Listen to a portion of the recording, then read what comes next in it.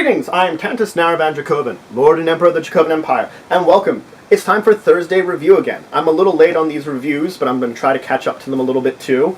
Today I wanted to talk about a novel that I really liked, The Lake. Now, this is probably one many people aren't familiar with, and let me tell you the story of how I encountered it. Now, in my youth, me and my family would go rent these cabins together, Matawaka Beach cabins down in Maryland. We'd spend a week there. It would be really fun. When you were down there, they were very rustic. You're reading books, you're playing board games, maybe you have a Game Boy, you're spending time with your family, you're going out and visiting things nearby. There's museums, there's a few other places, there's like a cedar swamp. There's a lot of fun. But the main event was going down to the local beach. There was a staircase from the area that led down to their own private beach, which went into like these sort of open beaches of the Chesapeake Bay, because we're down on Chesapeake Bay, and you could fossil hunt. Fossil shark teeth were the big thing down at the cabins there. You could go walk down the beach, you could find fossil shark teeth, you could find fossil bones of mammals and sea creatures, you could find stingray plates, that's the mouthpieces of stingrays, all kinds of things. Now, my dad knew of a lot of other places to visit that you could do fossil hunting. He's a big fossil hunter. He's the one that got me interested in it. So, another location that was very good fossil hunting, until they closed it down, was Westmoreland State Park in Virginia. And it wasn't that far from the cabins. It was maybe like an hour and a half. So we decided, me, my brother, and him, to take a day trip to Westmoreland State Park. We went there. It's best known for its camping, but of course we weren't camping. We spent the day there, we walked the trails, we got some stuff, we came back. They had a shop there, a little general store. We got some snacks, we got some drinks, we were eating up. We knew we were going to have a big dinner when we got home. And my dad saw this book, The Lake. He picked it up. Our travel back home was slightly eventful. Me and my brother fell asleep. There was a big rainstorm, but we finally got back. My dad read the book, and then I decided to read the book. And I was hooked on it.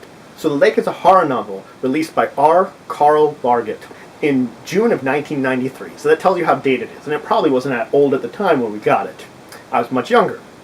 Anyway, so it tells the story about Elliot Grant Wages. Now, Elliot Grant Wages appears in a couple of Largett's other books, but this is the one I've actually read. Wages is a writer who's been staying in the small town of Jericho. He's been spending the summer there. He's been trying to finish this book he's having some trouble with. He went there to finish it. Now, Jericho has been suffering from this big heat wave all summer, and it's getting to the end of summer. It's the end of August. We're approaching Labor Day weekend. There's going to be a big event called the Fisherman's Jubilee. So that's the setting of the book here. Fisherman's Jubilee is coming up.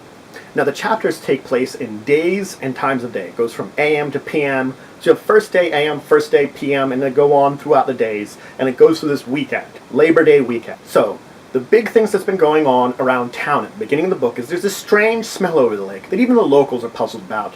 And one of the local fishermen's caught the biggest garfish by far he's ever caught. Look up garfish online if you're interested in what it is. Now, Elliot's also been dating the local bank owner, Cynthia Wallace, and he's friends with the local sheriff, Harrison Peters. And at the beginning of the book, he goes and sees the fish and sees that it's really weird and bloated. And that's sort of my setup for you. Now, I will tell you, this story involves multiple sort of intersecting storylines that start out. One of them involves the Bartle Toy Corporation, which there's some kind of history there between Cynthia, his girlfriend, Cynthia's father, and the mayor.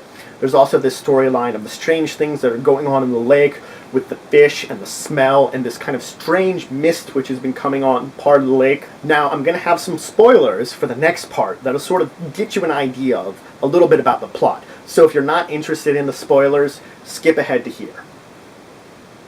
Okay, so one of the big plots is the toy company has gotten this government contract because they expanded away from toys, and they've been messing around with this experimental fuel. There happened to have been an accident in the lake, and some of it leaked out, which we find out later on in the book. This mixed with some World War I chemicals that were hid in the bottom of the lake, and it creates these mutant fish, and which become very dangerous and kill some people, and then it creates this mist, which turns out to be these deadly mists that if people are exposed to it, it just kills you. And it kills you really horribly. And it was the hot days of summer that were keeping things in check. And now, towards this book, cold front's coming in, a storm comes in for the culmination of the book, which just cools things down and causes crazy stuff and chaos.